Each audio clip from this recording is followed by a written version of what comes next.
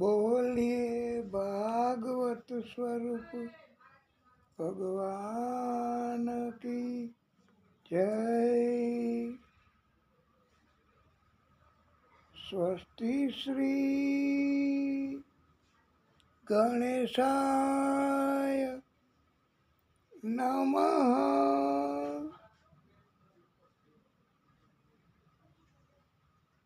શ્રી સરસ્વત્यै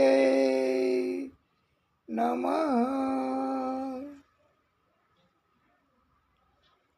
બોલીએ બાલકૃષ્ણ લાલ કી જય. ઓમ શ્રી પરમાત્મને નમઃ.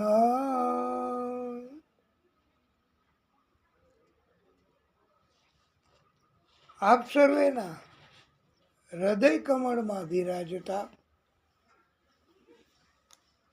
આદિ નારાયણ ભગવાન આદિશક્તિ સ્વરૂપ ભાગવત સ્વરૂપ ભગવાન એમને કોટાનું કોટી દંડવત પ્રણામ.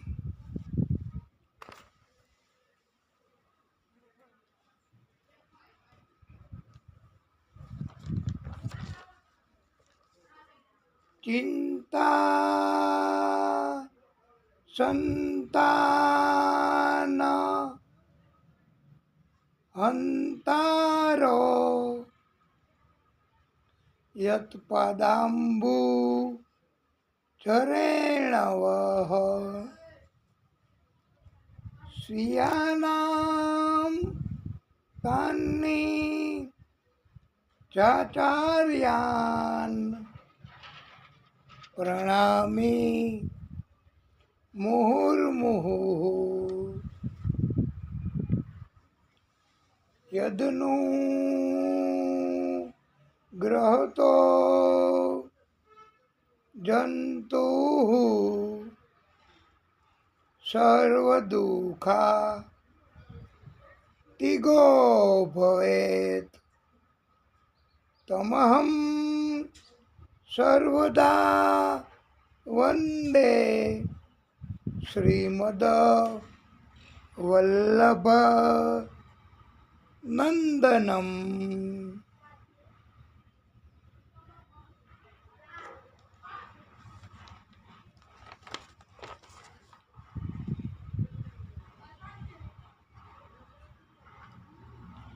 જ્ઞાનમૂલં ગુરુર્મૂર્તિ પૂજામૂલં ગુરુર્પદમ મંત્રમૂલં ગુરુર્વાક્યમ મોક્ષમૂલં ગુરુઃ કૃપા.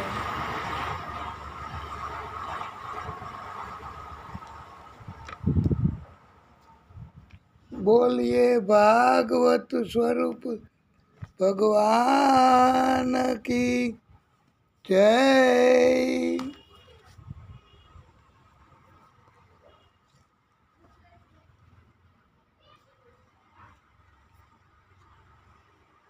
શ્રી શુક ઉવાચ.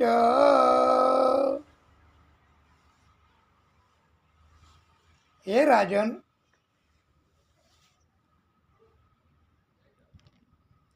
રાસલીલા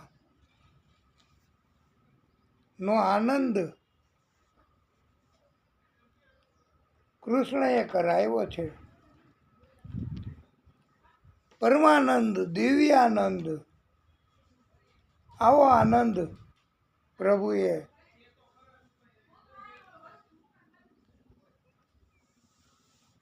કરાવ્યો. સાથે સાથે કામદેવને પણ હરાવ્યા. અને આ તો એક લીલા છે પરમ કૃપાળુની. ગોપીઓએ કૃષ્ણને પૂછ્યું,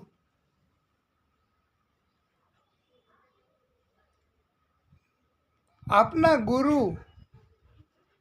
દુર્વાસાને અમારે ભોગ ધરાવવા છે, તો આપના ગુરુ અમારા ભોગ સ્વીકારશે?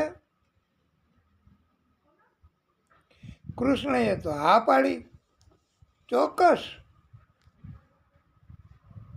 ગોપીઓએ કહ્યું, યમુના નદીમાં ઘણું પૂર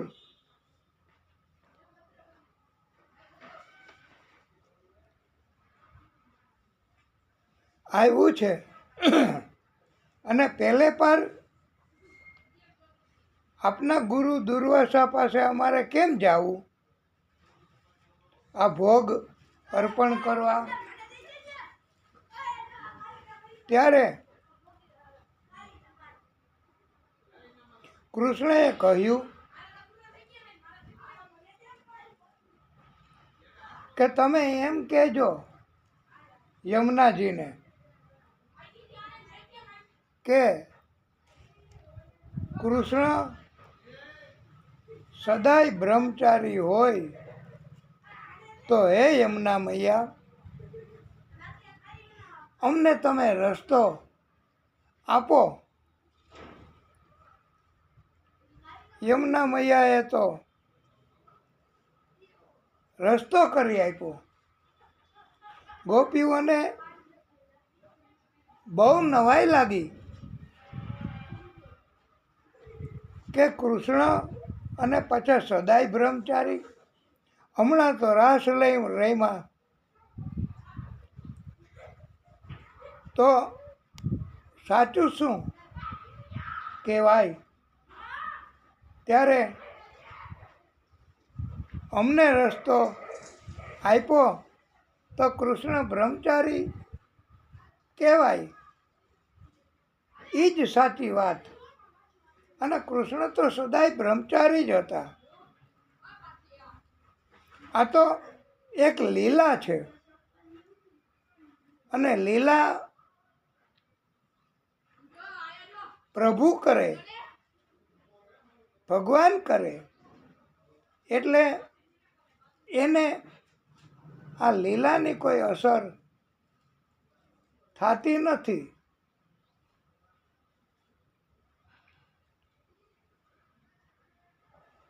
દુર્વાસાજીને ઘણા ભોગ અર્પણ કર્યા. દુર્વાસાજી બધું જ આરોગ્ય છે અને સંતોષપૂર્વક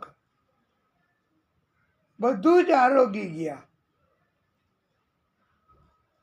પછી પાછું યમુનાજીમાં ઘણું પાણી, હવે પાછું આ કાંઠે કેવી રીતે આવવું? ત્યારે ગુરુને પૂછ્યું કે ગુરુદેવ,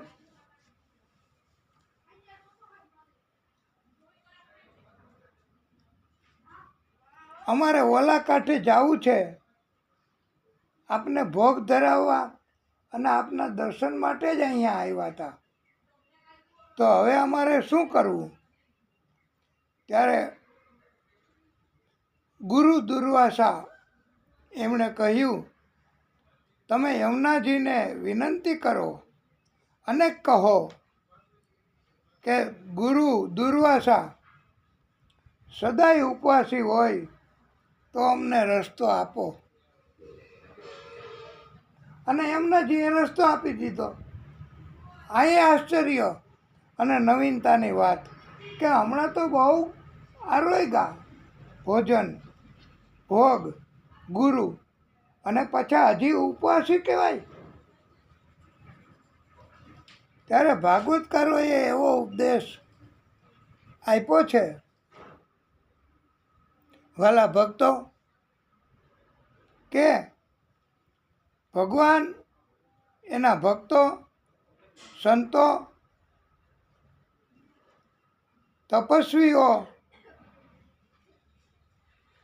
એ બધા જે કાંઈ કાર્ય કરે છે એ પોતાના માટે નહીં, પોતાની શારીરિક સંતુષ્ટિ માટે નહીં, કે એ કર્મોની કોઈ અસર એમને કોઈ રીતે થતી નથી.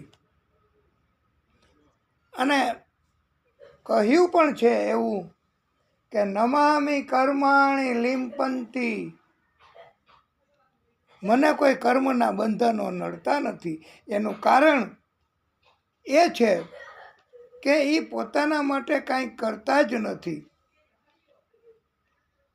એ તો એક જાતની લીલા છે બધી એમની. અને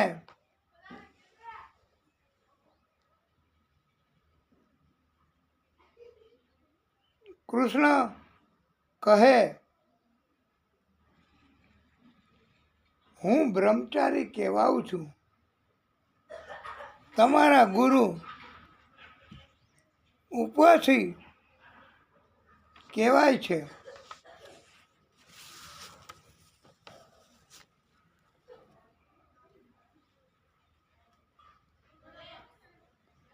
અને એટલે તો એ લીલા કહેવાય છે.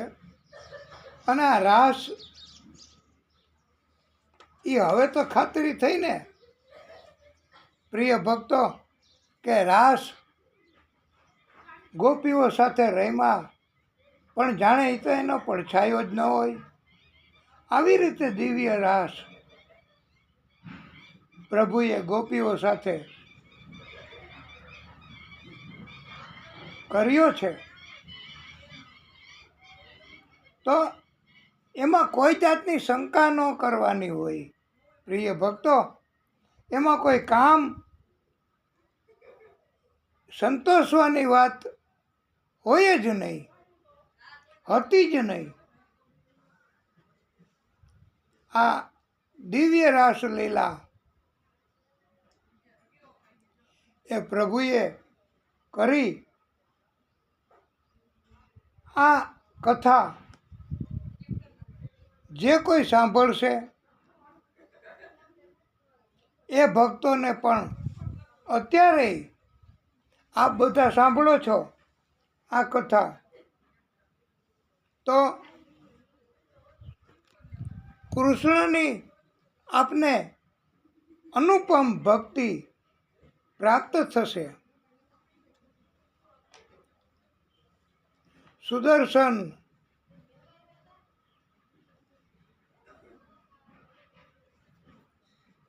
એ વિદ્યાધર હતો. એમના ઉદ્ધારની કથા, એમના મોક્ષની કથા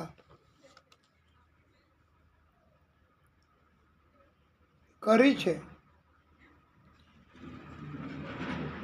એકવાર નંદ બાવા તથા ગોપ ગોપીઓ, કૃષ્ણ બલરામજી શિવરાત્રિનો ઉત્સવ મનાવવા માટે બળદગાડાઓ પર સવાર થઈ અંબિકા વનમાં ગયા. ત્યાં તે બધાએ સરસ્વતી નદીમાં સ્નાન કર્યું.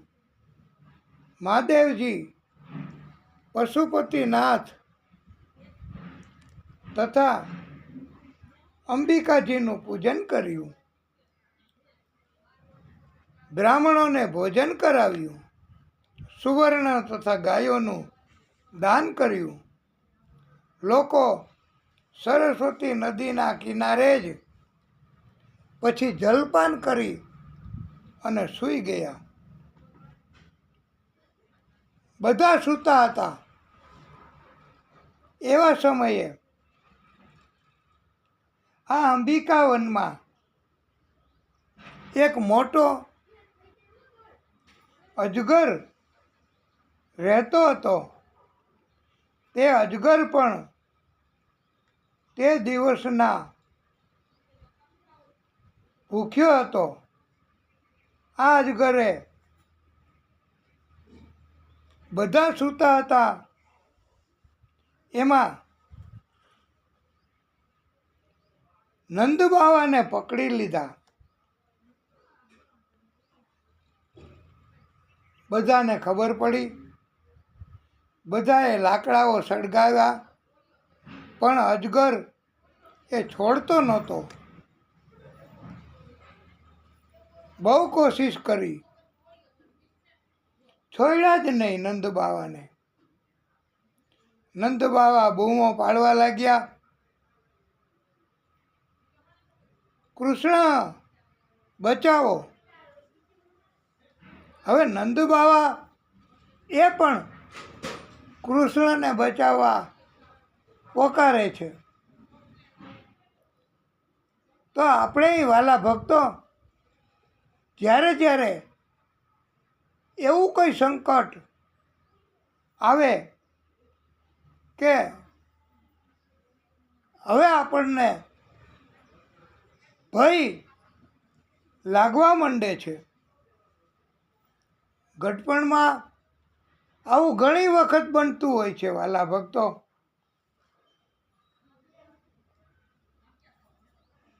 કે તકલીફ, કષ્ટ, એક તો કુદરતી વાતાવરણ હોય એ પણ કષ્ટ આપે. ઠંડા પવન, વરસાદ અને અસહ્ય ઉનાળાની ગરમી. આ શિયાળો, ઉનાળો ને ચોમાસું, ત્રણેય ઋતુમાં જેમ જેમ ઉંમર થાય તેમ તેમ ભય વધારે લાગે અને સહન શક્તિ ઘટતી જાય. શરીરમાં રહેલી શક્તિઓ એ પણ ઘટતી જાય. અને આવા સમયે એમ કહો ને કે સતત દિવસ રાત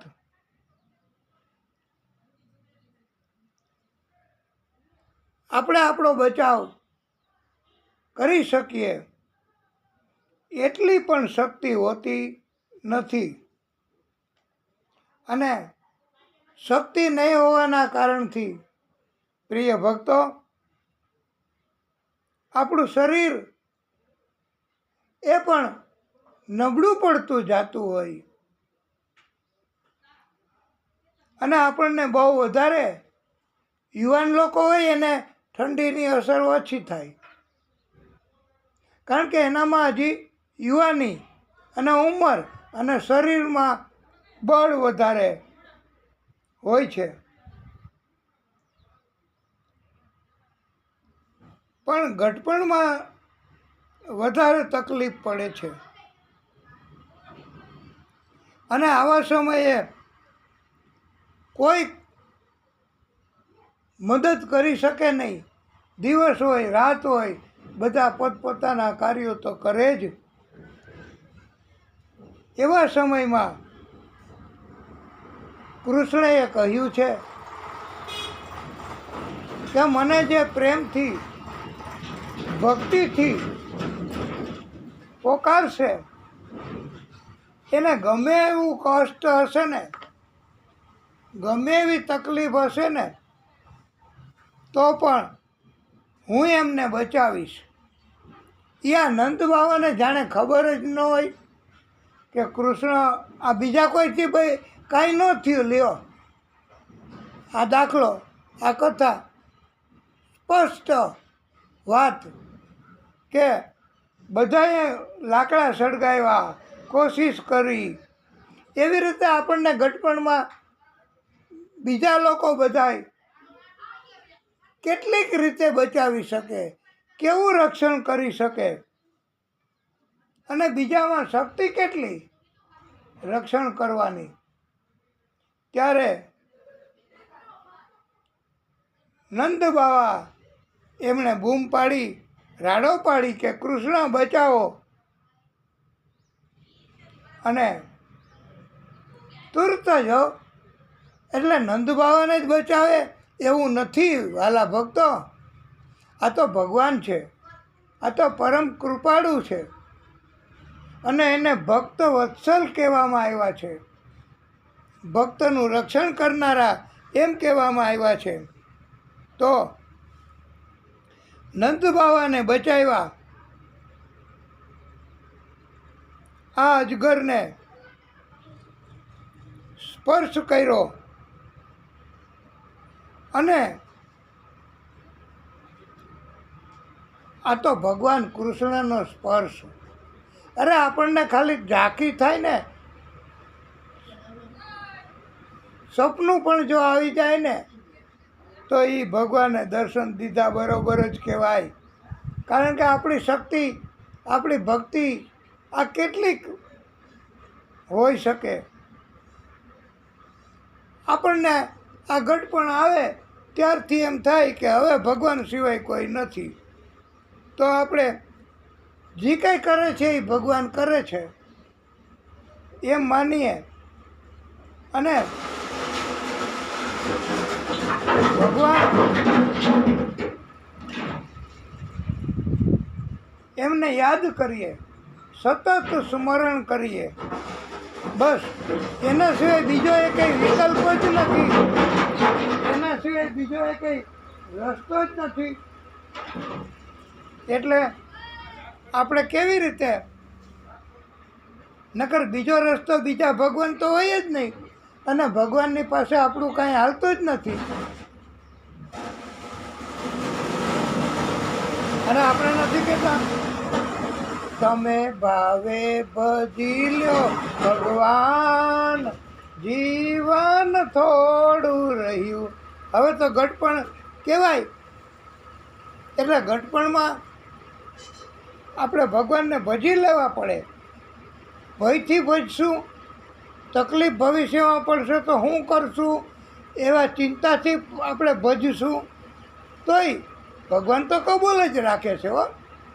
હા, ભયથી, લાલચથી, ચિંતાથી કોઈ પણ રીતે આપણે ભક્તિ કરીએ તો ભગવાન તો કબૂલ જ રાખે છે.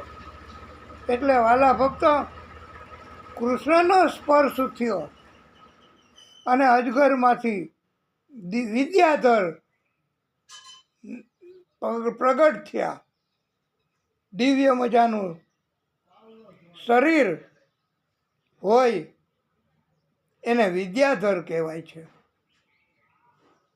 ભગવાન કૃષ્ણને બે હાથ જોડીને પ્રણામ કર્યા. કૃષ્ણએ તો લીલા કરવા માટે પૂછ્યું, તમે કોણ છો? ત્યારે અજગરે કહ્યું, હવે આ ભગવાનની લીલા છે. ભગવાનને એના મુખે આ વિદ્યાધરની વાત, અજગરની વાત સાંભળવી હતી.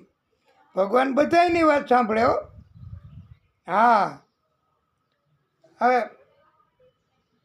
એ કે હું ગયા જન્મમાં વિદ્યાધર હતો, મારું નામ હતું સુદર્શન, મારી પાસે સૌંદર્યની ઘણી સંપત્તિ હતી, મને તે સૌંદર્યનું અભિમાન પણ હતું અને હું એકવાર એમ કહેવાય છે કે વિમાનમાં બેસીને ભ્રમણ કરતો હતો. ત્યાં મેં અંગીરા ગોત્રના ઋષિ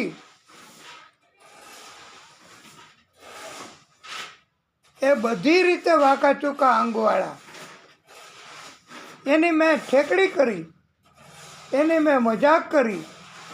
એ ઋષિનું નામ તો આપને ખબર પડી ગઈ કે ના? એ ઋષિનું નામ અષ્ટાવક્ર ઋષિ હતા. એને બધાય અંગો બહુ વાંકા હતા અને આ વિદ્યાધરે એટલું બધી ભક્તિ અને એણે ઋષિનું અપમાન કર્યું. હવે પરિણામ કેવું આવે છે એ જુઓ કે અષ્ટાવક્ર ઋષિ એ તપસ્વી હતા, ભક્ત હતા. અરે વાલા ભક્તો, એમણે શ્રાપ આપી દીધો કે તું અજગર બની જઈશ. પછી અજગર બની ગયો અને હે કૃષ્ણ કૃપાળુ, તમારા ચરણનો સ્પર્શ થયો અને હું મુક્ત થઈ ગયો. મારી ઉપર તમારી કૃપા થઈ.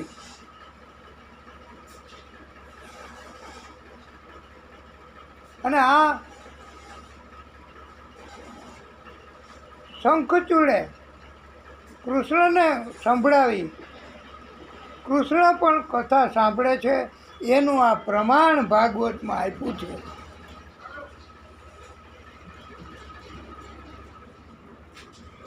અને એવો ઉપદેશ પણ આપ્યો ભલા ભક્તો કે ઘટપણ હોય અથવા કોઈ મનુષ્ય એમના કોઈ કર્મોના કારણથી એમનો દેખાવ કદરૂપો હોય, વાંકાચૂકા અંગવાળો હોય, તો એની ઠેકડી કરવી નહીં. કારણ કે કોઈની ઠેકડી કરવી એ તો પોતાના શરીરનું અભિમાન કર્યું કહેવાય. પોતાના શરીરની સુંદરતાનું અભિમાન જો આવે તો જ કોકની ઠેકડી કરવાની. અને પાપ કર્મ કોને કહેવાય એ ખબર ન હોય તો આવી રીતે અભિમાનમાં જેમ અષ્ટાવક્ર ઋષિની ઠેકડી કરી એવી રીતે વાલા ભક્તો આ દિવ્ય બોધ કથાના કારણથી આપવામાં આવ્યો છે કે ક્યારેય કોઈની શરીરની ઠેકડી કરવી નહીં. અને તમે જુઓ તો અમુક ઉંમર જ હોય ભાઈ, જવાની એને હિન્દીમાં જવાની, એને ગુજરાતીમાં જવાની. એટલે હિન્દીમાં જવાની એટલે યુવાની અને ગુજરાતીમાં જવાની એટલે જાશે. એટલે યુવાની છે ને એ એક વખત તો જવાની જ, કાંઈ કાયમ યૌવન એવું ને એવું રહેતું નથી હો.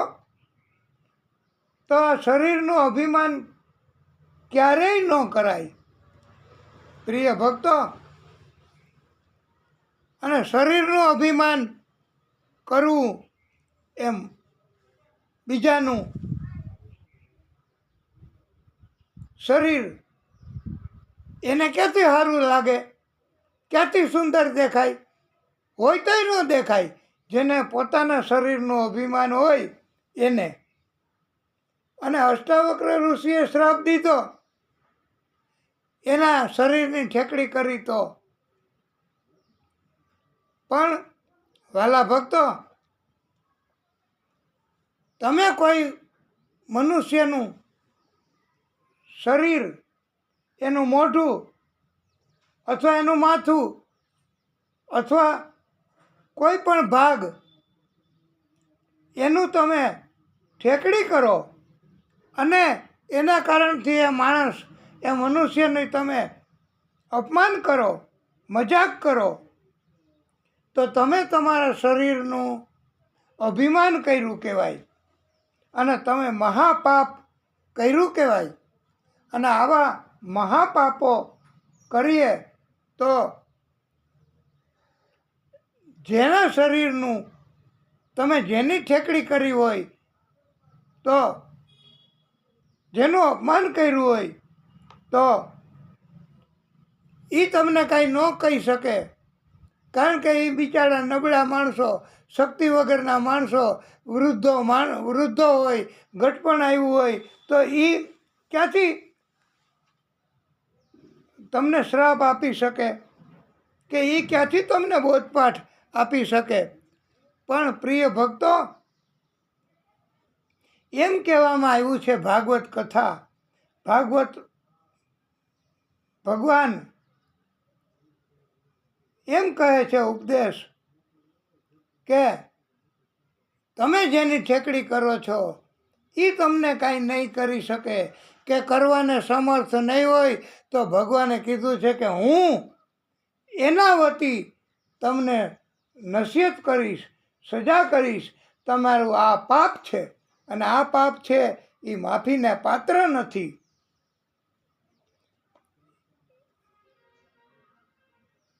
એકવાર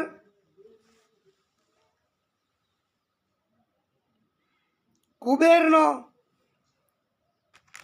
અનુચર શંખચૂડ નામનો દૈત્ય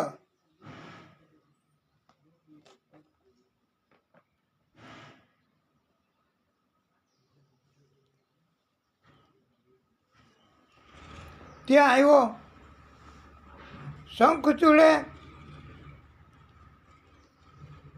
કૃષ્ણ બલરામજીની હાજરી હતી, એમ છતાંય આ બોલો શંખચૂડ કેવડો મોટો દૈત્ય હોય છે.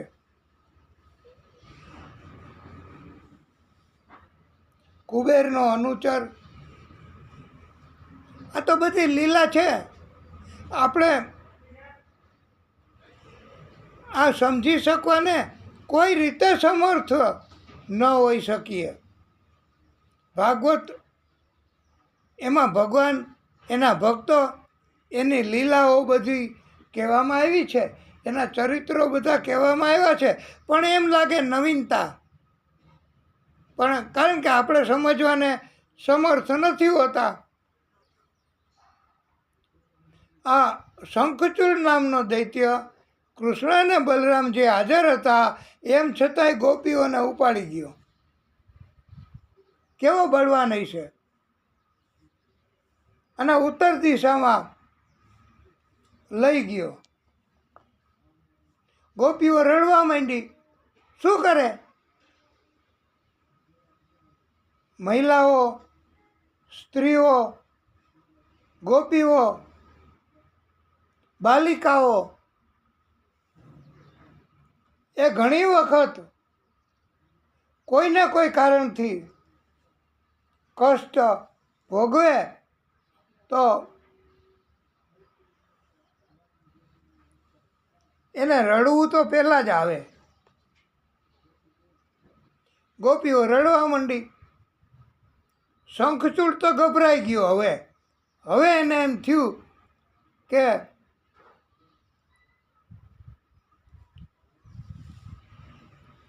હવે મને કૃષ્ણ બલરામજી આ ગોપીઓ રોવે છે તો એને બચાવવા માટે મારી નાખશે. હવે એને બીક લાગી લ્યો. અને આ દૈત્ય શંખચૂડ ન્યા ને ન્યા ગોપીઓને છોડી મૂકી રસ્તામાં અને ભાગ્યો. 9 દો 11 હો ગયા એ શંખચૂડ.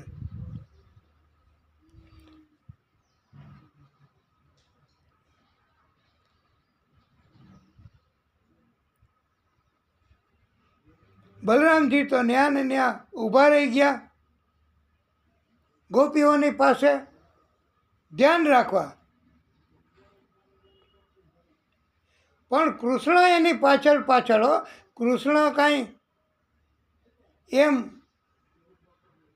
મૂકી દે નહીં. પછી રાક્ષસો, દૈત્યો, અપરાધીઓ,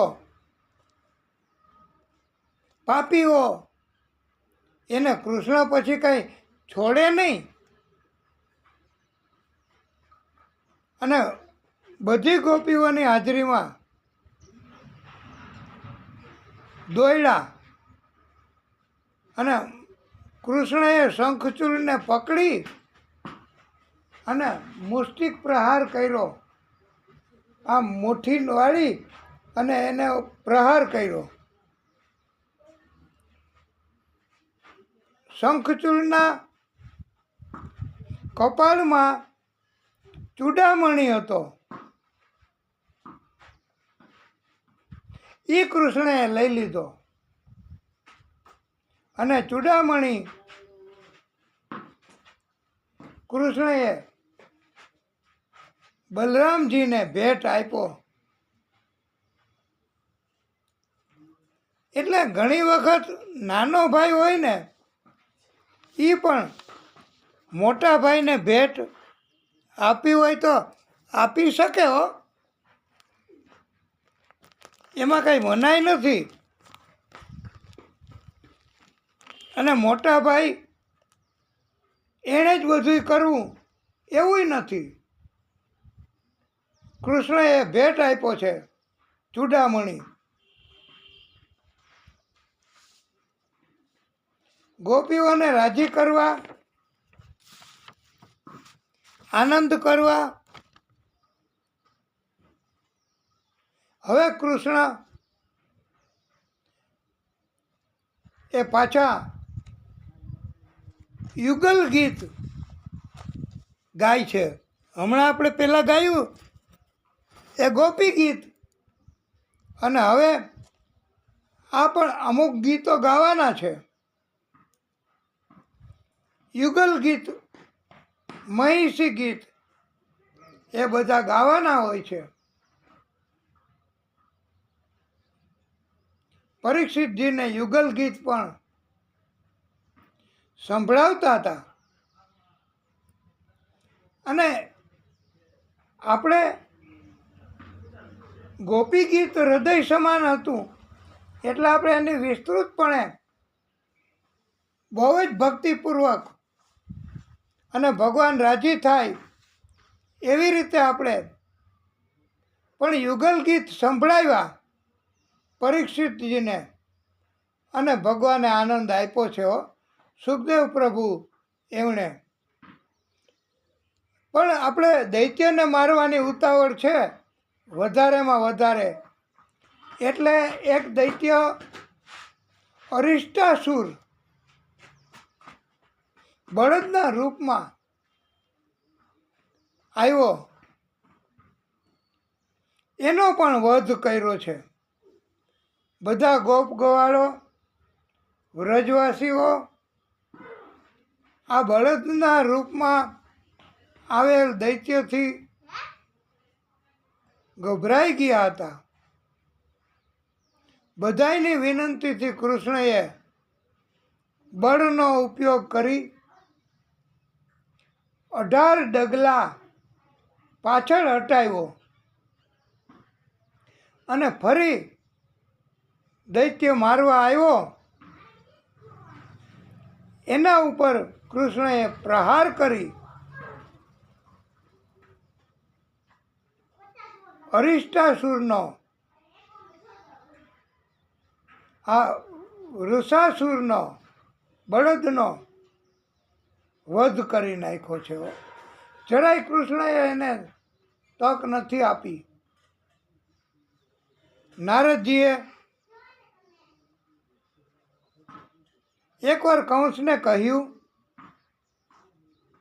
કૃષ્ણ નંદ યશોદાનો પુત્ર નથી લાગતો. કંસે કીધું કે મને એવું લાગે છે. નંદ યશોદાનો પુત્ર નથી. નારદજીએ કહ્યું, એ દેવકી વાસુદેવનો પુત્ર જે તમારા હાથમાંથી છટકી ગયો એ 8મું બાળક છે. તમારો કાળ છે આ કૃષ્ણ. નારદજીએ તો ચોખ્ખું કહી દીધું. હવે કંસનું જે થવું હોય છે અને જે ભય લાગવો હોય. પછી તો કંસે બચાવ કરવા માટે થઈને આ જો તમે વાલા ભક્તો, પાપ કરનારા પાપી લોકો એ નહીં, સંતોની, ભગવાનની, ભક્તોની બીક તો લાગે જ હો. કારણ કે સંતો ભક્તો એની નિગેબાની કરવા ભગવાન હોય છે, અને ભગવાન એને બચાવવા માટે તો અવતાર લે છે, પ્રાગટ્ય કરે છે. હવે કંસે બચાવ માટે અને કાવતરું કર્યું કે કૃષ્ણ બલરામજીને બોલાવી અને કાવતરું કરીને મારી નાખવા. પણ કંઈક બહાનું તો કાઢવું. એટલે ધનુષ્ય યજ્ઞ એનું આયોજન કર્યું અને કૃષ્ણ બલરામજી આવે એટલે મારી નાખવા, કોઈ પણ રીતે કાવતરું કરીને. અક્રૂરજીને મોકલા છે કે તમે તેડવા જાઓ. અક્રૂરજી જાય ને તેડવા, કૃષ્ણ બલરામજીને તો જ મોકલે, નહીતર ન મોકલે.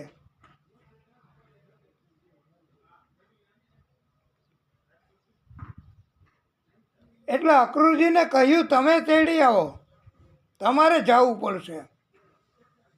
અક્રૂરજીએ તો ના પાડી કે મને તમારા કાવતરાની ખબર છે, તમે એને મારી નાખવા માટે બોલાવો છો, પણ હું એને તમારા કાર્યમાં ટેકો દેવા નથી માગતો, કારણ કે તમારું પાપી કર્મ છે, એમાં મારે ટેકો ન દેવાય. પણ આ તો કંસ, એણે તો અક્રૂરજીને કહ્યું તો હું તમને મારી નાખીશ, નહીં જીવવા દઉં. હવે અક્રૂરજીને બીક તો લાગે જ ને, એ ભક્ત તો હતા જ મોટા. એને એમ થયું કે હું આ પાપીના હાથે મરી જાઉં, એના કરતાં અક્રૂરજીએ સંમતિ આપી કે હું એને તેડી આવીશ બસ. અને અક્રૂરજીએ પોતે પણ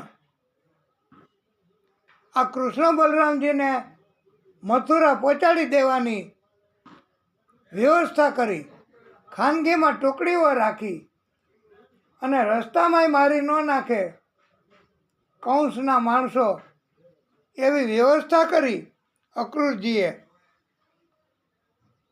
કારણ કે એ કૃષ્ણની ભક્તિમાં માનતા હતા, કાવતરામાં નહીં. અને કાવતરામાં ટેકો દેવા માટે એ તેડવા નથી આવ્યા, પણ દર્શન થશે કૃષ્ણ બલરામજીના અને ભક્તિ થશે એવા ઈરાદાથી આવ્યા છે.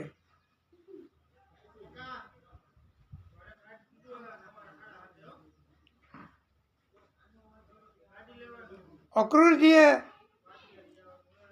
આવી અને કહ્યું, કૃષ્ણ બલરામજી એને અને તમને બધાને કંસ તેડાવે છે.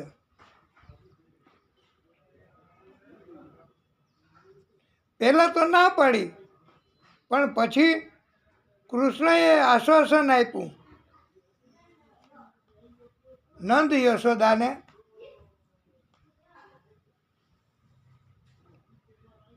કે હું ચોક્કસ પાછો આવીશ.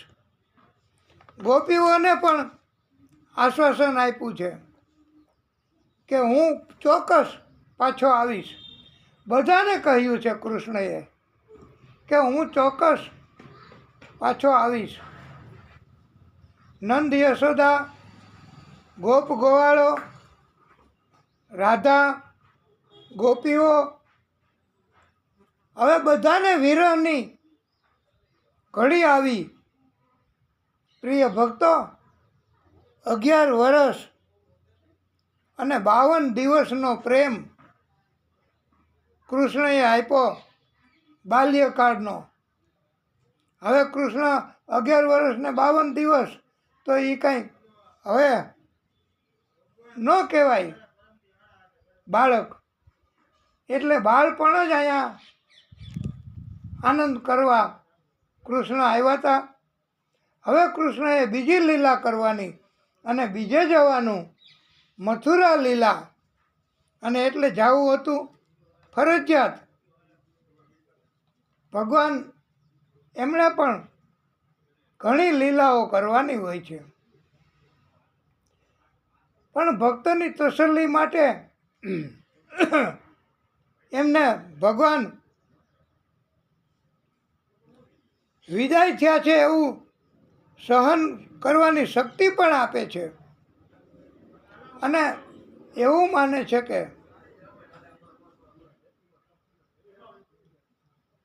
બધાય ક્યાં ગયા જ નથી, કૃષ્ણ અહીંયા જ છે. રાધા એ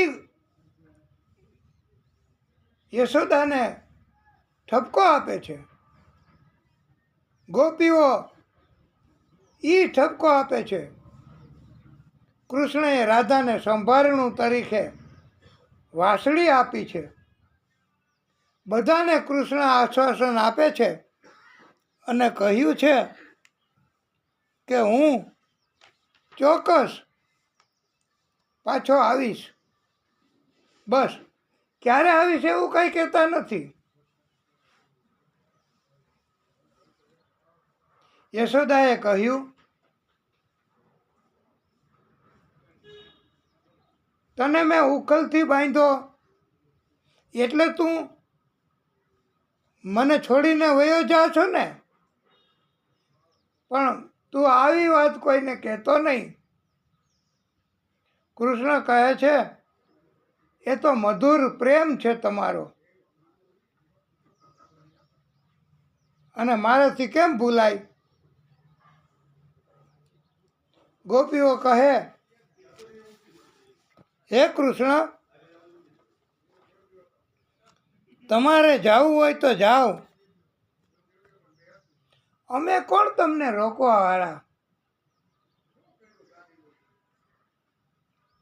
પણ તમારા રથના પૈડા અમારી છાતી ઉપરથી ચલાવીને તમે જાઓ કૃષ્ણ, એ એટલા માટે કે અમારા હૃદય એ બંધ થઈ જાય કામ કરતા, અને તમારી વિદાયની અમારા હૃદયમાં અસર ન થાય.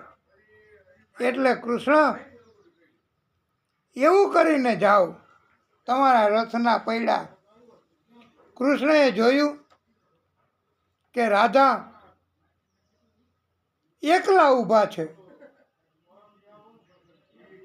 રાધાને વાંસળી આપી છે. બધા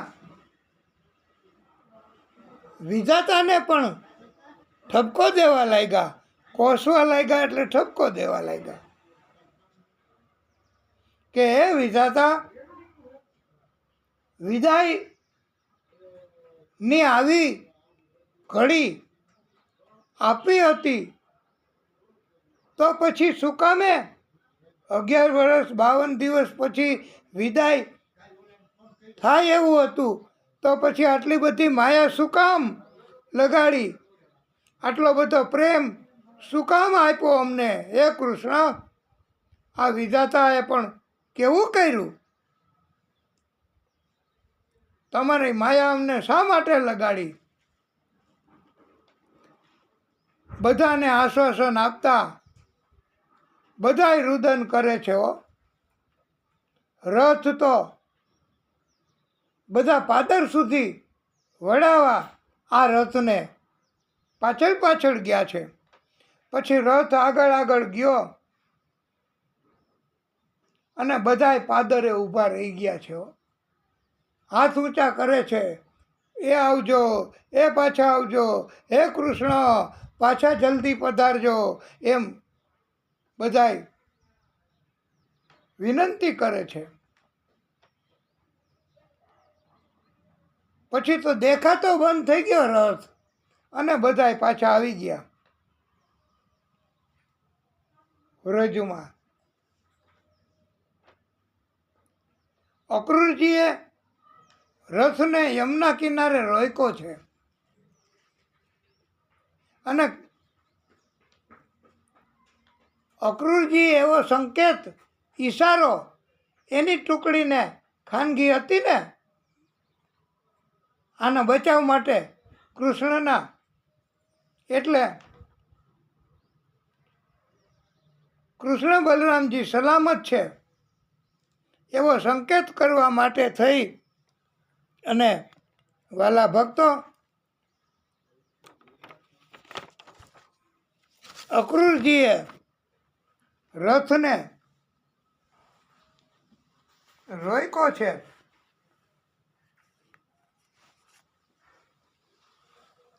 યમુના નદીના કિનારે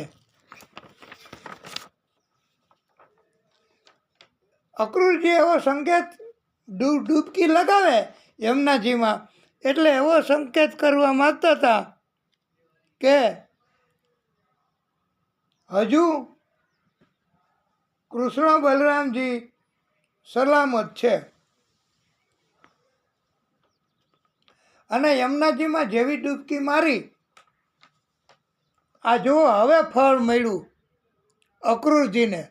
અક્રૂરજી આ કંસના હાથે મરવું એના કરતાં કૃષ્ણના દર્શન કરવા અને કૃષ્ણને તેડવા માટે જવું, ભક્તિનો ભાવ હતો, એનામાં પ્રેમ હતો અને એણે ખાનગીમાં વ્યવસ્થા કરી હતી, એનો ભાવ હતો કૃષ્ણ તરીકે કૃષ્ણની રક્ષણ કરવાનો.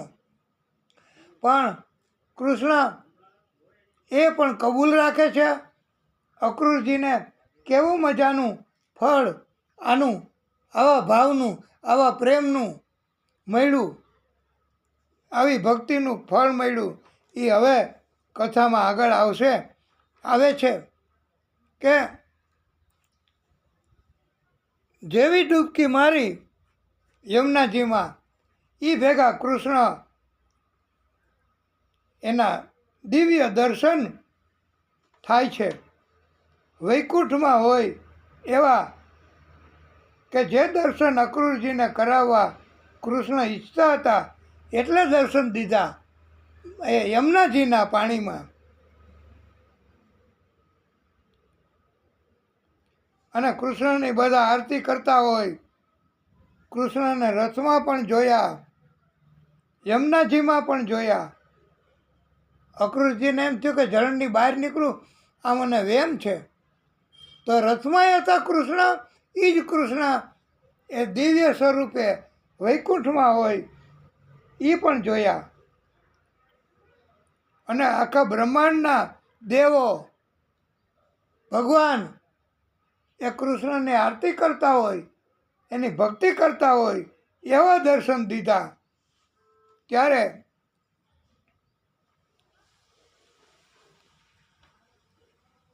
અક્રૂરજીને ખાતરી થઈ કે આ તો રથમાંય છે અને નીચે વૈકુંઠમાંય છે, તો એ બધાય લોકનો સ્વામી છે.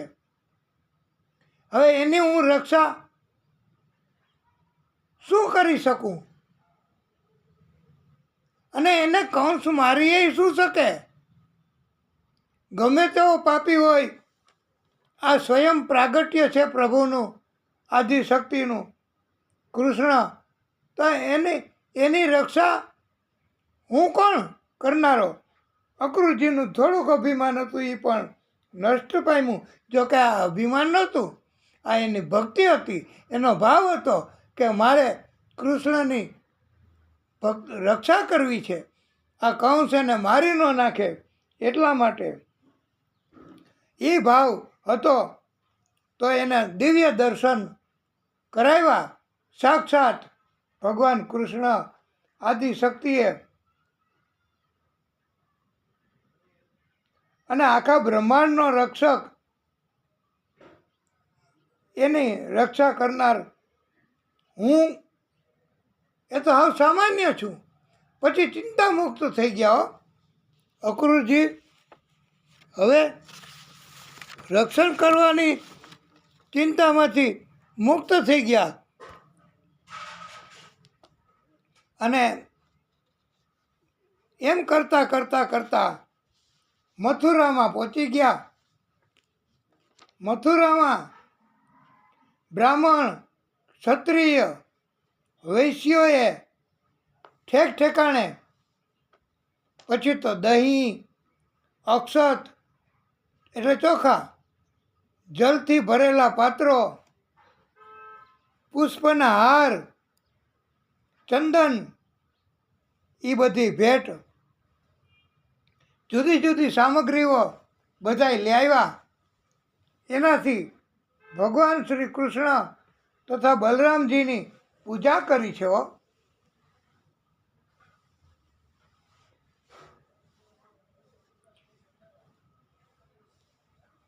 ભગવાન કૃષ્ણએ જોયું કે એક ધોબી કપડાં રંગવાનું કામ કરે છે, એ સામેથી આવે છે. ભગવાન કૃષ્ણએ એ ધોબી પાસે સુંદર મજાના વસ્ત્રો હતા, ઉત્તમમાં ઉત્તમ વસ્ત્રો એ ભગવાન કૃષ્ણએ માગ્યા અને કહ્યું, ભાઈ તમે અમને આ વસ્ત્રો આપો ને થોડાક, અમારે બધા પાસે આ મથુરામાં ફરવા માટેના યોગ્ય વસ્ત્રો નથી, ગામડાના વસ્ત્રો છે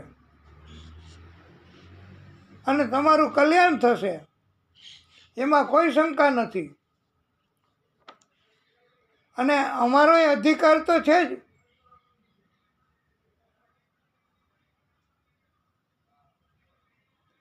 કે વસ્ત્રો પહેરવાનો. ભગવાન કૃષ્ણ એનું આખું વિશ્વ છે, 14 બ્રહ્માંડ એના માલિક છે. ભગવાન કૃષ્ણ પ્રાગટ્ય કર્યું, આદિશક્તિ એમણે. તો કૃષ્ણ એ 14 બ્રહ્માંડના અધિકારીનું પ્રાગટ્ય, છતાંય એણે માગણી કરી ધોબી કાકા પાસે. એ તો એક જાતની લીલા કરી કહેવાય. એના સખાઓ માટે માગ્યા. એટલે આના ઉપરથી એમ પણ કહી શકાય કે આપણા બધા માટે ભગવાન કોકની પાસે જઈ અને કાંઈક માગે એવું પણ બને, પણ આપણો પ્રેમ અને આપણી ભક્તિ તો એવી રીતની હોવી જોઈએ. આ ધોબી કાકાએ કંસનો માનીતો સેવક હતો, એટલે એને અભિમાન હતું. અભિમાન તો આપણે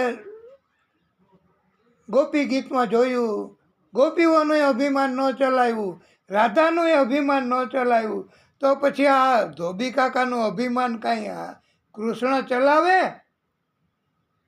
એટલે એને અભિમાન હતું કે હું તો રાજાનો ધોબી, રાજાના કપડાં ધોઈને દેવા જાઉં, મને કોઈ કાંઈ ન કહી શકે, આવું અભિમાન. અને અભિમાનમાં તો એણે કહ્યું ધોબી કાકાએ કે તમે બધાય જંગલ પહાડમાં રખડો ત્યારે શું આવા વસ્ત્ર તમારે પહેરવાના હોય? આ તો રાજાના વસ્ત્રો છે. તમારે થોડા દિવસ અહીંયા રહેવાની ઈચ્છા હોય અને થોડા દિવસ જીવવું હોય તો બીજી વાર રાજાના કપડાં માગવાની ભૂલ ન કરતા. લે આ ધોબી કાકાએ તો ઉલટાનો કૃષ્ણને ઓળખા નહીં. ક્યાંથી ઓળખે? પાપી લોકો કાંઈ ભગવાનને ઓળખે? ભગવાનને પાપી લોકો કોઈ દિવસ ન ઓળખે. એ તો સંતો, ભક્તો અને જેને ભગવાન બચાવશે એવી શ્રદ્ધા હોય, ભક્તિ કરતા હોય, એ જ ભગવાનને ઓળખી શકે. અને એણે તો ધમકી દીધી કે તમે હવે રાજાના કપડાં માગવાની બીજી વાર ભૂલ ન કરતા.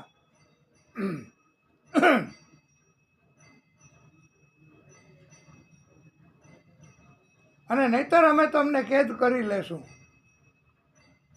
અમે રાજ્યના સેવક કહેવાય. આને તો વળી બહુ અભિમાન કહેવાય.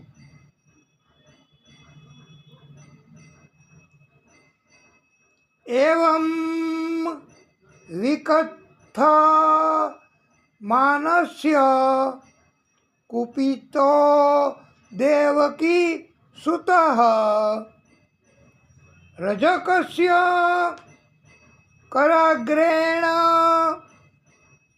શિરઃ કાયાદ પાતયત. આ ભાગવતમાં લખેલો શ્લોક છે. ધોબી આ પ્રમાણે વધારે બેકી વાતો કરવા લાગ્યા ધોબી કાકા, ત્યારે ભગવાન શ્રી કૃષ્ણએ થોડોક ક્રોધ અથવા તો લીલા, ભગવાન ક્રોધ કરવાની કંઈ જરૂર નહીં આની ઉપર, પણ છતાંય લીલા કહો તો લીલા, ધોબીને એક મુષ્ટિક પ્રહાર કર્યો અથવા તો તમાચો માર્યો કે તુરત જ ધોબીનું માથું એના શરીરથી જુદું પડી ગયું. આ તો ભગવાનનો ક્રોધ, ભગવાનની લીલા, અને ભગવાને પ્રહાર કર્યો પોતાના હાથથી. પણ આમ તો એને મોક્ષ ગતિ જ આપી ભગવાને, અને કપડાનું પોટલું ન્યા જ મૂકીને એ તો ભાગ્યા. બીજા બધા માણસો હતા એ આ જોઈને ભાગી ગયા. પોટલામાંથી મનગમતા વસ્ત્રો સખાઓએ લઈ લીધા. ઘણા વસ્ત્રોની જરૂર હતી એ નહીં, એ ન્યાને ન્યા મૂકી દીધા. પછી કૃષ્ણએ વસ્ત્રો માગવા અને પહેરવાની બલરામજી તથા બીજા ગોવાળોને આવા વસ્ત્રો આપવાની, આ બધી એક લીલા જ હતી. ધોબી કાકાને મોક્ષ ગતિ આપી હતી, અને એને મોક્ષ આપવાને લાયક આ ધોબી કાકા જ લાગ્યા હતા. એટલે એને તમાચો કે મુષ્ટિક પ્રહાર કૃષ્ણએ સ્પર્શ તો કર્યો, અને પછી કાંઈ પૂતનાની શરીરમાંથી સુગંધ, અને દિવ્ય બની ગયું હતું શરીર, પાપીની હતી તોય. તો પછી આ તો ધોબી કાકા, અને એમને કૃષ્ણએ, અને આ જ્ઞાતિના લોકો એમણે તો અભિમાન તો ન કહેવાય, પણ એને તો એમ કહેવું છે કે અમારા પિતૃ ઉપર આજે મોક્ષ આપ્યો મથુરામાં આવીને ભગવાને પોતે, તો અમને મોક્ષ આપશે ભગવાન. એને કૃષ્ણની ભક્તિ કરવી જોઈએ. ધોબી લોકોએ વિરોધ કરવો ન જોઈએ, એવું ભાગવતકારોએ સમજાવ્યું છે. અને આ કથા ઉપરથી એવું કહેવામાં આવ્યું છે કે ભક્તિ નહીં કરીએ તો, અને ભગવાનને નહીં માનીએ તો, અને ભગવાનને નહીં ઓળખીએ, અને ભગવાનને ઓળખવા માટે ભક્તિ કરવી પડે. ત્યારે એમ કહેવામાં આવ્યું છે કે પોઝિટિવ અર્થ કરી અને સુંદર મજાની ભક્તિ બધાએ કરવાની, અને ભગવાન જે કંઈ સંકેત કરે, ભગવાનના ભક્ત તરીકે કોઈ આપણી પાસે કંઈ માગે તો આપણે એ ભક્તને આપી દેવું, નહીતર આપણે પનિશમેન્ટ પણ ભોગવવી પડે, એવું બની શકે હો. એટલે વાલા ભક્તો,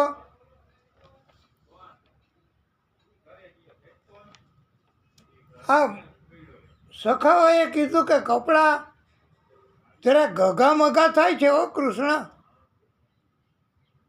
તો કૃષ્ણએ કહ્યું હાલો સરખા કરાવીએ. દરજી કાકા હતા એ બહાર સંચો મૂકીને સીવતા હતા એ વખતે. એને કહ્યું કૃષ્ણએ કે આ કપડાં એ સરખા કરી આપશો. ત્યારે દરજી કાકાએ તો હમણાં જ જોયું કે ધોબી કાકાનું ઘોલું પાકી ગયું. એને મારી નાખ્યા. એ તો એમ જ માને ને. અને મારે હજી મરવાને વાર છે. દરજી કાકાએ બીકમાં ને બીકમાં બધાને કપડાં સરખા કરી આપ્યા. અને ધોબી એને જે અંજામ મળ્યો એ પછી દરજી કાકાએ કપડાં સરખા કરી આપ્યા અને કૃષ્ણએ આશીર્વાદ આપ્યા છે.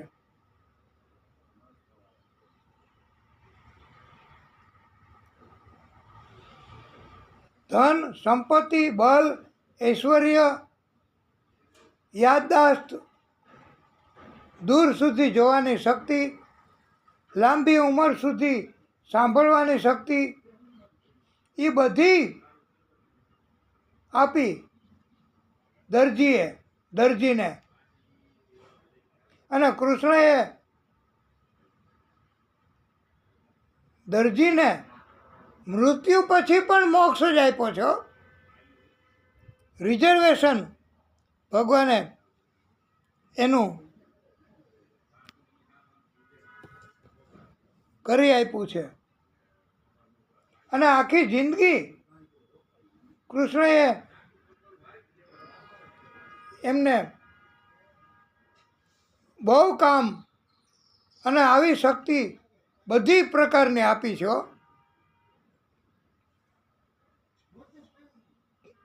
કલિયુગમાં તો દરજી અત્યારે તો એમ કે અમારે બહુ કામ છે.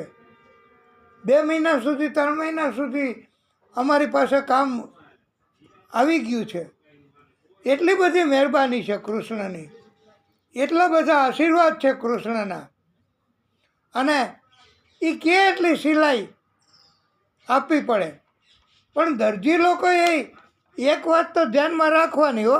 આ તો અમારા કહેવા મુજબ આ કથાને જ્યાં સુધી અમે સમજી શકીએ છીએ ત્યાં સુધી, અને અમારી સમજણ મુજબ દરજી લોકોએ અભિમાન નથી કરવાનું.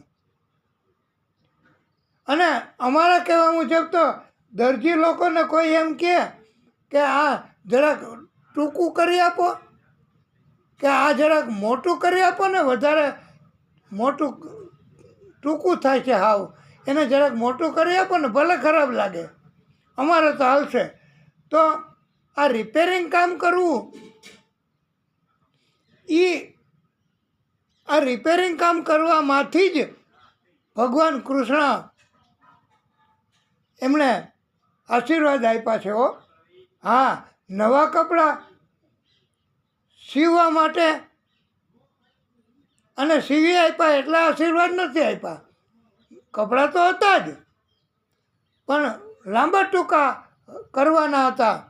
તો અમારા કહેવા મુજબ દરજી લોકો છે એમને, અને ઘણા દરજી લોકો આ કથાને બરાબર સમજતા નહીં હોય, કદાચ ગમે તેમ હોય, પણ ભાગવતજીની આ કથામાં એવું આવ્યું છે કે કોઈ દરજી લોકો એમ તો કહેવાય જ નહીં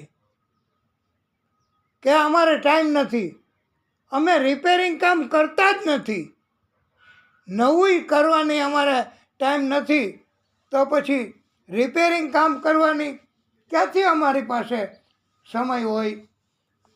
પણ તમારી ઉપર જ, દરજી ઉપર જ આધાર હોય. અને રિપેરિંગ કામ તો પહેલાં કરવું જોઈએ. જેમ એ વખતે દરજી એમને ભગવાન કૃષ્ણના આશીર્વાદ મળ્યા હતા. ભગવાન કૃષ્ણ એના રિપેરિંગ કામ કરવાના, સખાવાના હોય એના સખાઓના રિપેરિંગ કામ કરવામાં દરજીને ભગવાને આશીર્વાદ આપ્યા છે. તો અત્યારે રિપેરિંગ કામ તો અમારા કહેવા મુજબ છે હો. અમે જ્યાં સુધી કથાને સમજીએ છીએ ત્યાં સુધી. પછી આપને માનવું ન માનવું એ આપનો પ્રશ્ન છે. પણ રિપેરિંગ કામ કરવા માટે કોઈ દિવસ કોઈ દરજીએ ક્યારેય ના ન પાડવી જોઈએ. અને કોઈ પૂછે કે કેટલા આપવાના રિપેરિંગ કામના, તો એ વખતે ભગવાનના સખાઓએ પૂછ્યું હતું અને ભગવાને પૂછાવ્યું હતું. તો અત્યારે ભગવાન પૂછાવે અને કોઈ એમ કહે કે દરજી કાકા રિપેરિંગ કરવાના કેટલા આપવાના, તો એ વખતે કાંઈ નહોતું લીધું. તો તમે આ વખતે કાંઈ ન લ્યો એવું તો અમે ન કહી શકીએ. તમારો અધિકાર છે, તમારી સમજમાં ફેર. તો રિપેરિંગ કામ તો પહેલાં કરી આપવું જોઈએ. અને જે આપવું હોય એ આપો એમ કહો તો જે આપવું હોય એ આપે તો ભગવાન રાજી થાય. તમને ઘટશે એનું મૂલ્ય તો ભગવાન આપશે. અને કાંઈ નહોતું લીધું તો એ ભગવાને એટલા બધા આશીર્વાદ આપ્યા છે દરજીને. તો એ રિપેરિંગ કામ કરવામાંથી જ ભગવાનનું આશીર્વાદ મળ્યા છે. તો રિપેરિંગ કરાવવા કોઈ આવે અને આ કરી આપો તો પહેલાં એ કરી દેવાય. જો ના પાડે કે અમે રિપેરિંગ કામ કરતા જ નથી તો જાય ક્યાં? હાથે તો કંઈ આવડે નહીં. દરજી પાસે જ આવવું પડે. ભગવાનના સખાઓ નહીં, દરજી પાસે જ આવવું પડ્યું. તો રિપેરિંગ કામ એ તો પહેલાં કરી આપવું જોઈએ. અને તો જ ભગવાનની કૃપા થાય અને તો જ ભગવાન રાજી થાય. એવું અમારું આ કથાની સમજથી માનવાનું છે. પછી અને જો તમે એમ કહો, દરજી લોકો એમ કહે કે અમે રિપેરિંગ કામ કરતા જ નથી તો ક્યાં જવું કરાવવા? અને આ એક જાતનો અભિમાન ન કહેવાય કે અમે નાનું કામ કરતા જ નથી? નાનું કામ તો પહેલાં કરવું જોઈએ એવું અમારું માનવું છે. કોઈ ખોટું ન લગાડવું. અને જો આવી રીતે કોઈને એમ લાગે કે આ અમારી બરોબર વાત નથી તો અમે માફી માગીએ છીએ. પણ આ તો અમારી સમજ આવી છે. ભાગવતની કથા અને ભાગવતની વાત એના ઉપરથી. અને ભગવાનની કૃપા અમે તો ઈચ્છીએ છીએ કે બધા ઉપર થાય. અને ભગવાનની કૃપા સ્પેશિયલ સેવા કરે એના ઉપર તો થાય ને થાય જ. તો વાલા ભક્તો, દરજીને ભગવાને આશીર્વાદ આપ્યા છે. અને ભગવાન એમણે કાંઈ શરત કોઈ રાખી નથી આશીર્વાદમાં.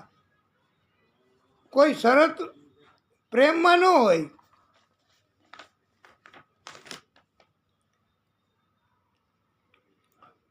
તો આ દરજી કાકાની જરાક વધારે વાત કહેવાઈ ગઈ તો એમને માફ કરવું, ન પસંદ આવે તો. અને જો યોગ્ય લાગે તો એમને ફેરફાર કરવો. અને શક્ય હોય ત્યાં સુધી અભિમાનને છોડવું એવો ઉપદેશ મુખ્યત્વે છે. પછી તો સુદામા નામનો એક માળી અને એણે બધાને હાર પહેરાવી દીધા.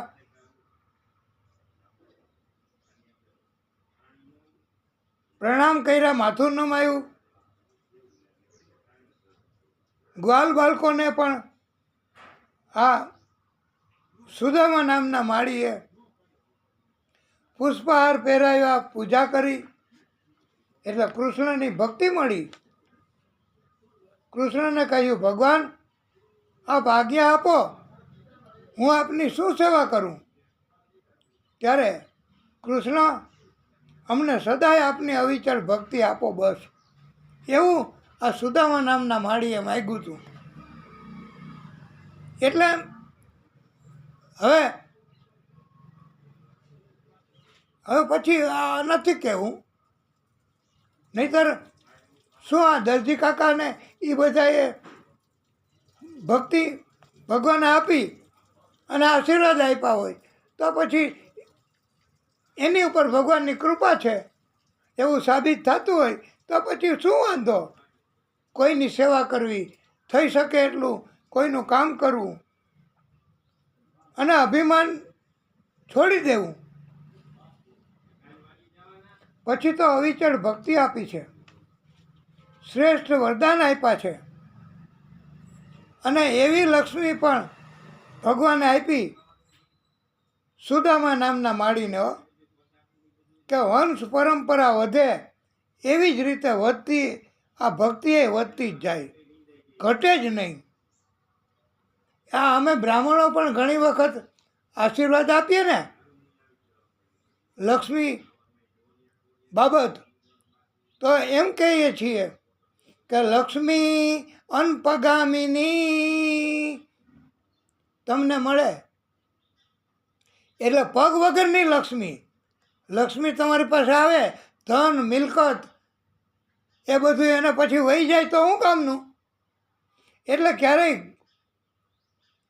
જાય જ નહીં એવી લક્ષ્મી તમને મળે, એવી આશીર્વાદની વાત. હવે એક કુબળી સ્ત્રી અનેક જગ્યાએથી એનું શરીર વળી ગયેલું, આપણે અષ્ટાવક્રજીની વાત કરીને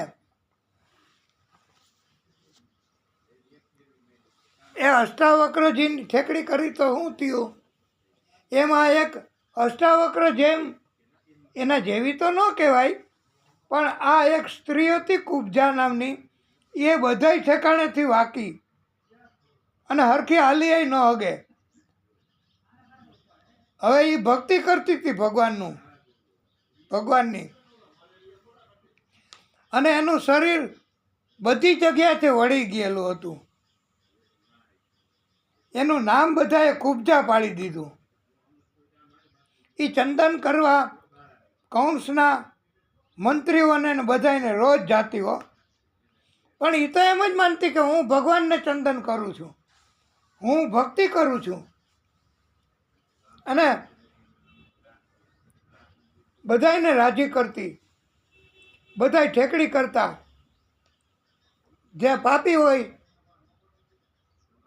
સંત ન હોય, એ બધું શું કરે? પાપી માણસો બીજું શું કરે? અભિમાની માણસો બીજું શું કરે? એ બીજાની ઠેકડી જ કરે ને. હવે તો કૃષ્ણએ એને બોલાવી હો સામેથી, જાતિથી ચંદન કરવા કૌંસના મંત્રીઓ પાસે, અને કૃષ્ણએ બોલાવી, સુંદરી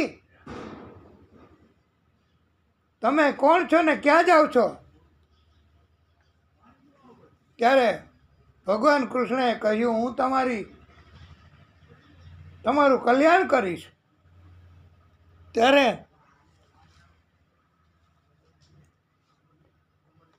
કુબ્જા એમણે કહ્યું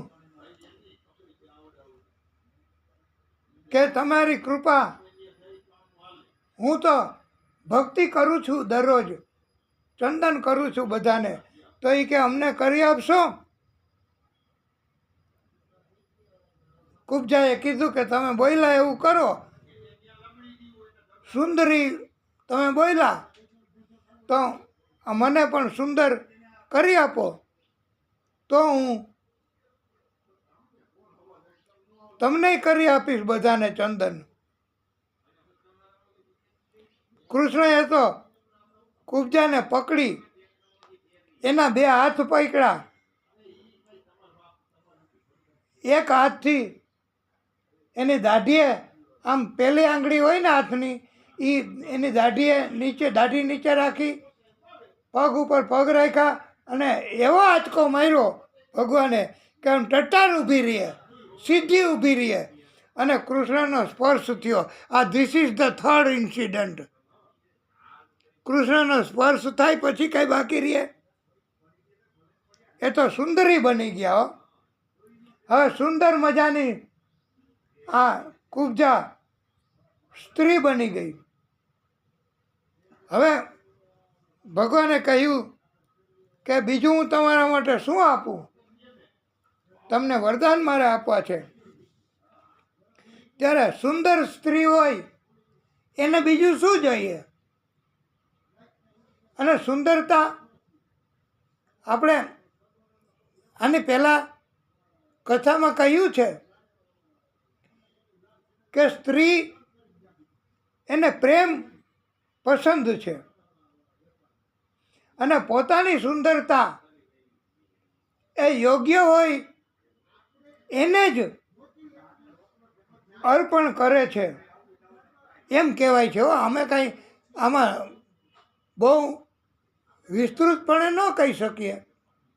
અમે તો અમારી સમજ મુજબ આ કથા જરાક અઘરી છે પણ કરીએ છીએ.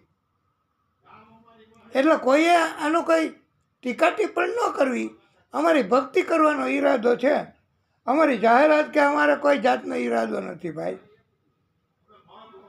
એટલે કૃષ્ણનો સ્પર્શ થયો અને આમ સીધી ઊભી રહી એવી વિશ્વ સુંદરી, જેને કહેવાય કે વિશ્વમાં કોઈ સુંદર ન હોય આના જેટલું, એવી મૂર્તિ બની ગઈ. અને કહ્યું કે પ્રભુ, મારી આ સુંદરતા આખા બ્રહ્માંડમાં પહેલો નંબર આવે એવી છે, એ તમારા સ્પર્શના કારણથી. તો થોડીક વધારે કૃપા કરો, થોડીક વધારે મહેરબાની કરો પ્રભુ. હું તમારી પાસે યાચના કરું છું કે મને તમે એક રાતનું પત્ની તરીકેનું સુખ આપો. માત્ર તમારો સ્પર્શ જ નહીં, તમારા સ્પર્શથી જ જો આટલી બધી શરીરને બેડોળતા વહી જતી હોય અને આટલી સુંદર બની જાઉં, તો પછી મને તમે પત્ની તરીકેનું એક રાતનું સુખ આપો તો મારા ભાવ પાર ઉતરી જવાય. અને ભગવાને આ ભક્તની વાત કબૂલ પણ રાખી છે અને વચન આપ્યું છે કે અત્યારે તો હું મારું કાર્ય, મારી લીલા એ કરીશ અને પછી હું તુરત જ તમારે ત્યાં સામેથી આવીશ. અને ભગવાન પોતે આ લીલાઓ કરી મથુરામાં અને પછી ભગવાન ગયા છે વચનનું પાલન કર્યું છે અને એક રાતનું પત્ની તરીકેનું આ કુબ્જાને સુખ આપ્યું છે. ભલે લગ્ન નથી કર્યા ભગવાને, એટલે એ અડધી પત્ની તો કહેવાય જ. વાલા ભક્તો,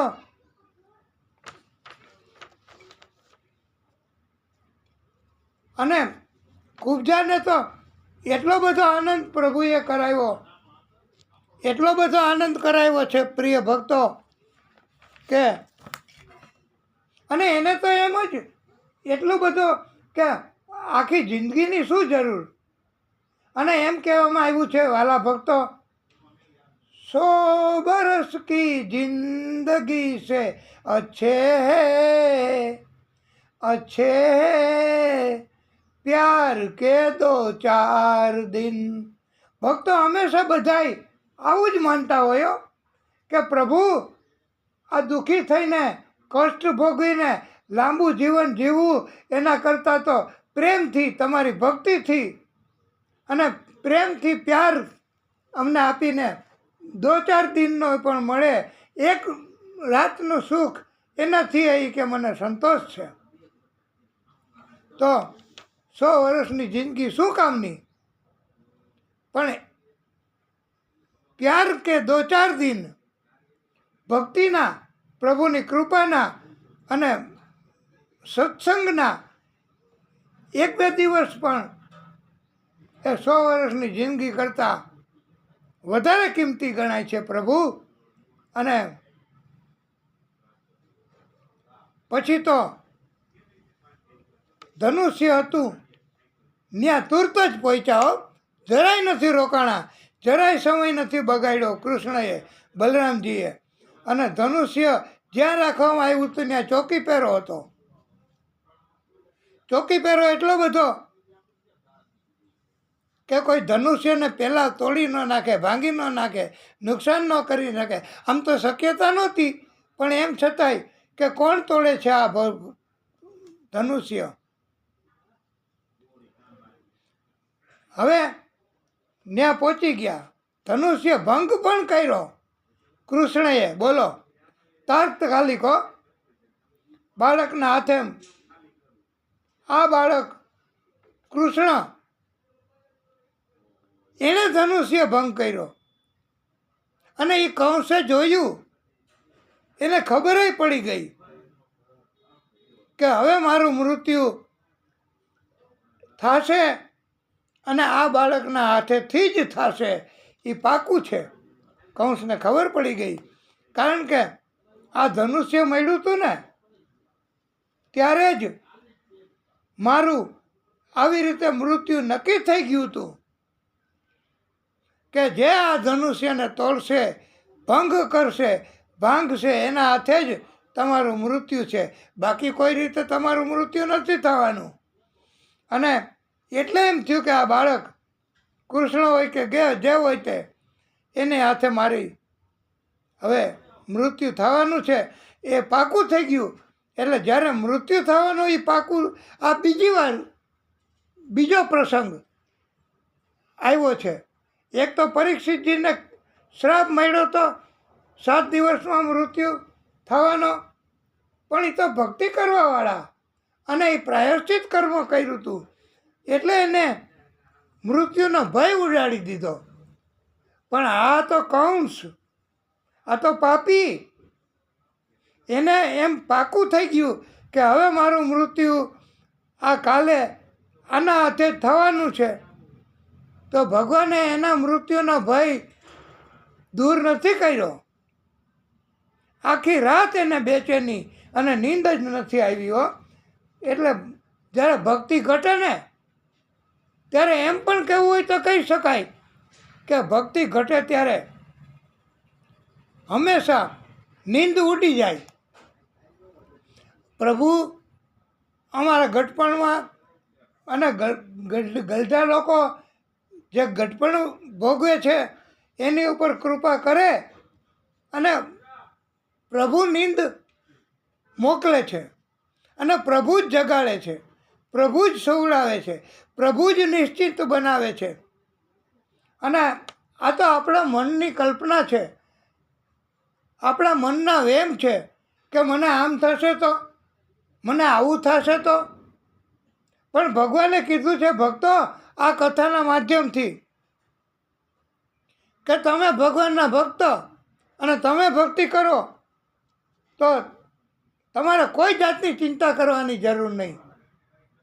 ભગવાને કહ્યું છે કે હું તમારા રક્ષણ માટે તૈયાર છું અને તમને ગમે એટલો ત્રાસ, ગમે એટલી તકલીફ, ગમે એટલો ભય એ હું દૂર કરીશ.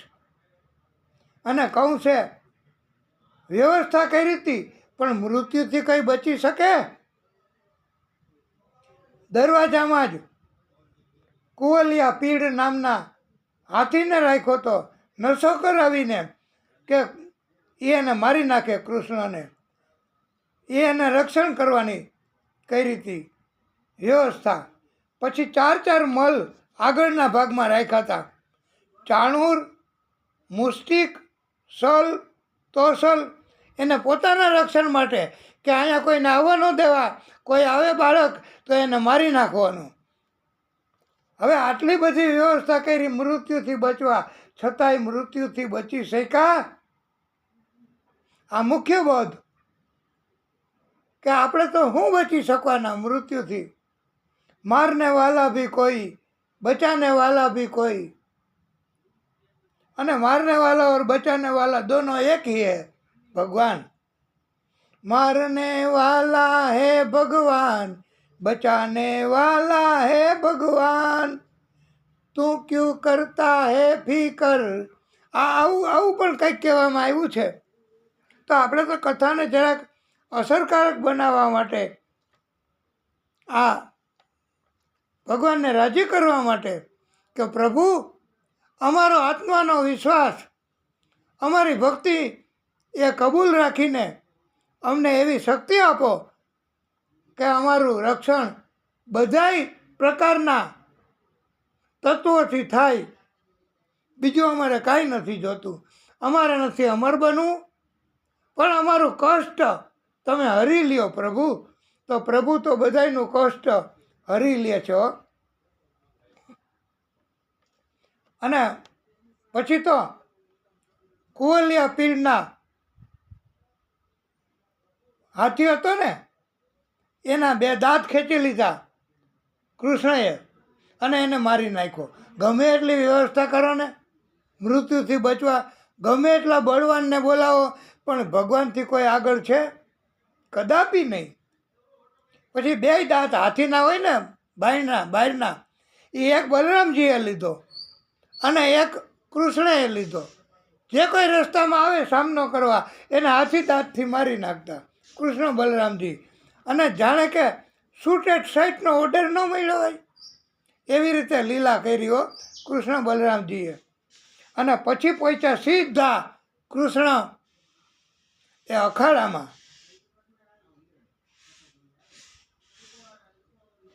અને કંસના વાળ પકડીને પ્રહાર કર્યો. તો કંસનું બધુંય બળ હરી લીધું કૃષ્ણએ.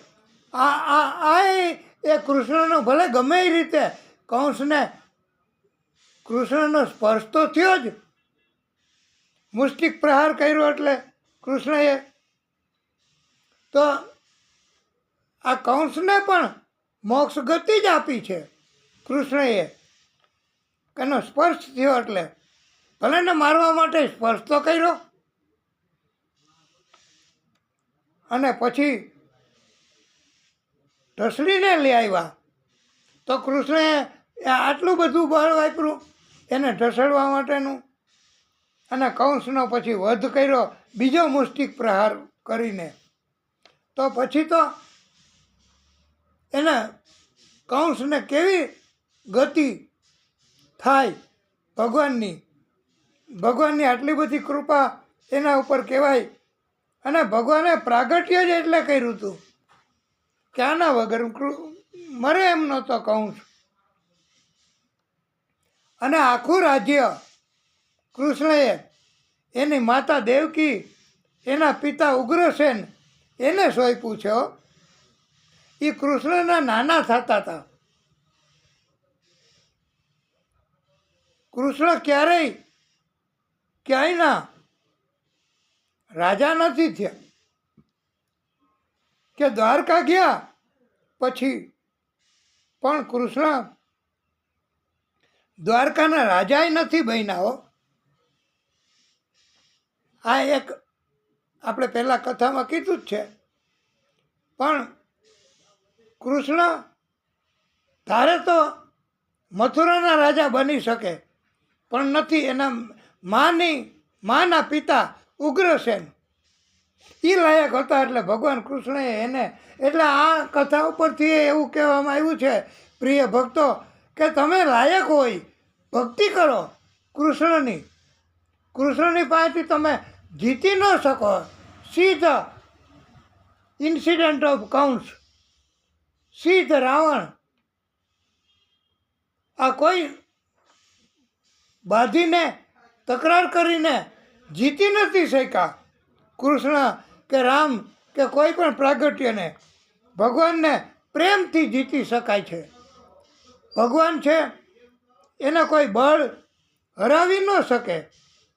એટલે પછી તો કૃષ્ણ એ દ્વારકાના રાજા નહીં પણ દ્વારકાના નાથ બન્યા છે. અને જે લાયક હોય એને કૃષ્ણ આપે છે અને આપે જ છે. તો આપણે ભગવાનની ઉપર આ કથાના માધ્યમથી શા માટે ભરોસો ન રાખવો, એના ઉપર ભરોસો નહીં રાખીએ ભગવાન ઉપર, અને ભગવાનની ભક્તિ નહીં કરીએ તો કોની ભક્તિ કરશું? બીજું કોઈ વિકલ્પ છે નથી, ભગવાન જ. અને જે કાંઈ કરે છે એ ભગવાન જ કરે છે. માટે આપણે ભગવાન ઉપર ભરોસો રાખવો, એની ભક્તિ કરવી, અને આપણે લાયક બનશું એટલે ભગવાન આપણને બધું જ આપશે. ભગવાન કાંઈ ઓછું નથી આપવાના. કે આપણું ભક્તિના બદલામાં આપવાનું થતું હોય ભગવાને, એ બીજા કોઈને નહીં આપે. એટલે ભગવાન પાસે સુરક્ષિત છે આપણું કર્મ ભક્તિનું, અને ભગવાન પાસે માગવું ન પડે. અને ઉગ્રસેન મહારાજે તો ના પાડી હતી કે મારે નથી રાજા બનવું, મારાથી ન સહન થાય, હું રાજ્ય ન કરી શકું, મને કષ્ટ થાય. ત્યારે ભગવાને વચન આપ્યા છે કે અમે આપનું રક્ષણ કરશું, પણ આપ રાજા બનો બસ. અને ભગવાને રક્ષણ કર્યું છે હો. અને ઉગ્રસેન મહારાજ પછી સ્વીકાર્યું છે રાજા તરીકેનું પદ. એટલે કૃષ્ણને એ લાયક લાગ્યા હતા. એના નાના હતા એટલે રાજ્ય હોઈપું એવું નથી હો. હા, એ તો લાયક હતા માટે એને રાજ્ય સોંપ્યું છે. કારણ કે એ કૃષ્ણની મા દેવકી એના પિતા હતા, માના પિતા. તો માના પિતા એટલે એ કાંઈ ઓછી ડિગ્રી કહેવાય? માના પિતા એને તો જેટલું આપો એટલું ઓછું ગણાય. એટલે કૃષ્ણએ પણ એવું માન્યું છે કે મારી મા એમણે કેટલું કેટલું સહન કર્યું, મારા પિતા એણે કેટલું કેટલું સહન કર્યું. તો એના પિતાને એ લાયક છે, ધન્ય છે ઉગ્રસેન મહારાજને કે આવી દીકરીને જન્મ આપ્યો. અને એ મારી મા બની છે. તો મારી મા માગે મારી પાસે, એના કરતાં મારે સામેથી જ મારી બાના પિતાને માન સન્માન આપવું જોઈએ. અને એને જ લાયક હોવાથી આ રાજા બનાવવા જોઈએ. એટલે કૃષ્ણએ એને રાજા બનાવ્યા. અને બધી જ ખાતરી આપી છે કે રાજ્ય બધુંય અમારી કૃપાથી જ ચાલશે. અને ભગવાનની કૃપાથી જ રાજ્ય ચાલ્યું. હવે કંસને મારી અને એવડો મોટો દૈત્ય, જોકે ભગવાનને આમ કંઈ કષ્ટ ન પડે, ભગવાન તો બધું જ કરી શકે, એને વિશ્રામ કરવો ન પડે. પણ એક જાતની લીલા કરી છે કે કંસને માર્યો પછી કૃષ્ણએ વિશ્રામ કર્યો છે. અને જે જગ્યાએ વિશ્રામ કર્યો ને એ જગ્યાએ આજે પણ ત્યાં જગ્યા મોજૂદ છે. અને આજે પણ વિશ્રામ ઘાટ તરીકે એ જગ્યા ઓળખાય છે.